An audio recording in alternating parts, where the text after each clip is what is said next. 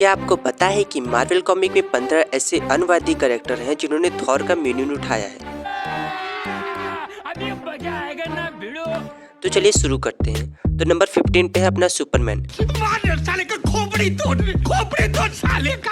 तो हाँ, मेरा सर फोड़ने से पहले मेरी बात सुन लीजिए। तो जेएलए एवेंजर्स के क्रॉसओवर कॉमिक में सुपरमैन ने एवेंजर्स को ज्वाइन किया था, जहाँ पर सुपरमैन ने थॉर का हथौड़ा, कैप्टन अमेरिका की शील्ड दोनों को साथ में यूज किया था। पर आगे जाके थॉर ये बात क्लियर करता है कि कभी कभी म्यूनियन भी कुछ लोगों को यूज करने के लिए इंचैंटमेंट को हटा देता है, और ये कुछ घंटे के लिए भी हो सकता है। तो यहाँ पर क्लियर होता है कि सुपरमैन वर्दी तो नहीं है, पर म्यूनियन के इस एबिलिटी का उसने फायदा उठाया था। नंबर 14 ड्यूक, जिसके पास एक ऐसी पावर है जिसकी मदद से वो चाहे जिसका भी रूप लेकर उसकी पावर तक को कॉपी कर सकता है। और कॉमिक्स में इसने थॉर को छूकर उसकी पावर तो कॉपी की ही, उसके साथ साथ उसके म्यूनियन को उठाने की एबिलिटी उसके पास आ चुकी थी। Number 13 ultimate magneto. तो हम सभी जानते हैं कि मैग्नीटो मेटालिक थिंग्स को कंट्रोल करने के लिए जाना जाता है, पर यहाँ पे सिनेरियो थोड़ा अलग है। तो मार्वल कॉमिक्स में मैग्नीटो कभी कभी म्यूनियन को यूज कर पाता है, तो कई बार वो इसे यूज नहीं कर पाता है। पर इसके लिए वो कभी भी म्यूनियन को उठाता नहीं है, बल्कि अपनी पावर्स का यूज करता है। पर अल्टीमेट मैग्नीटो इससे थोड़ा अलग है, जो कि इतना पावरफुल है कि इसने म्यूनियन को भी उठाकर यूज किया है। Number 12 red Hulk.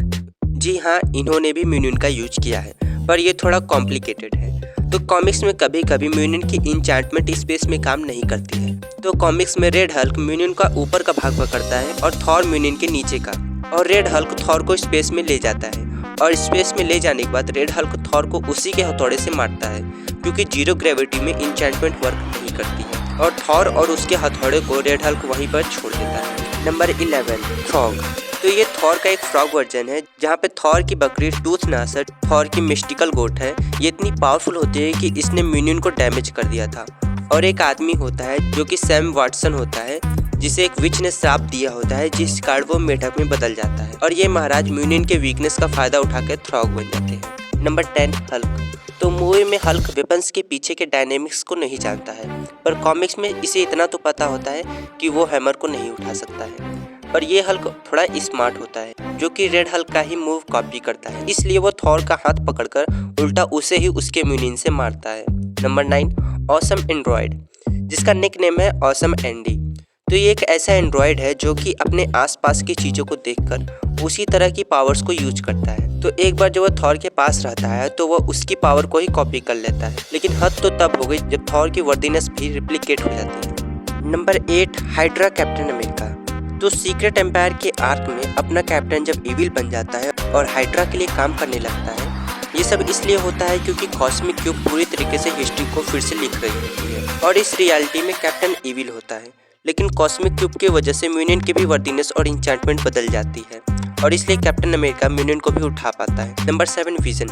जी हाँ, अपना विजन भी अनवर्दी है, क्योंकि वो एक मशीन है, कोई क्रीचर नहीं है, और यही कारण है कि एज ऑफ अल्ट्रॉन में वो म्यूनियन को उठा पाया, क्योंकि निर्जीव वस्तुओं पर ओडन की इंचैंटमेंट वर्क नहीं करती है। Number 6 venom. तो ब्लैक कॉमिक आर्क में नल, जो कि सभी वेनम के पप्पा हैं, उन्होंने एडी ब्रॉक वेनम को कंट्रोल कर लिया था, लेकिन इग्मा फोर्स, जो कि एक पावरफुल एंटिटी है जो कि लाइट को रिप्रेजेंट करती है, उन्होंने वेनम को वापस लाया, और क्योंकि वेनम इग्मा फोर्स के कांटेक्ट में था, इसलिए वो म्यूनियन को थॉर के हाथ से छीनकर अपने हाथ में बुलाता है और उसे यूज भी करता है। Number 5 Ragnarok. तो ये थॉर का एक इविल साइबॉर्ग क्लोन है, जो कि टोनी स्टार्क ने बनाया था, और जब ये एक अल्टरनेटिव रियलिटी में चला जाता है जहाँ पे पूरी दुनिया करप्ट होती है, और यहाँ पर वो म्यूनियन उठाने के लिए वर्दी भी है, पर इसे उठाने के बाद उसके सर के बाल ही उड़ जाते हैं। नंबर 4 लोकी। एक्सेस कॉमिक में स्पेल की वजह से सभी लोगों की पर्सनालिटी एक्सचेंज हो जाती है। गुड कैरेक्टर इविल हो जाते हैं और इविल कैरेक्टर गुड हो जाते हैं।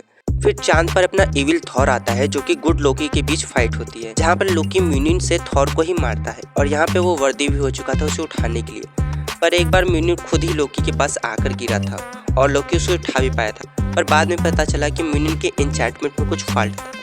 नंबर 3 एयरवॉल्कर, जो कि नेवा कॉर्प का एक कैप्टन है, जिसकी आत्मा को एंड्रॉयड फाइटिंग मशीन के अंदर डाला गया था, और आगे जाकर ये थॉर से न केवल लड़ता है बल्कि उसके हैमर को भी लिफ्ट कर सकता है, लेकिन कॉमिक्स में एयरवॉल्कर ने जो भी काम किए हैं वो उसे अनवर्दी बनाते हैं। Number 2 Deadpool. तो कॉमिक्स में लोकी ने म्यूनियन की कई फेक कॉपी बनाई थी, जिन्हें उसने डिफरेंट वर्ल्ड में भेज दिया था, और जो कोई भी उसे उठाएगा थॉर की पावर उसे मिल जाएगी, और थॉर की पावर को लेकर ये वहाँ से बेसबॉल खेल रहे थे।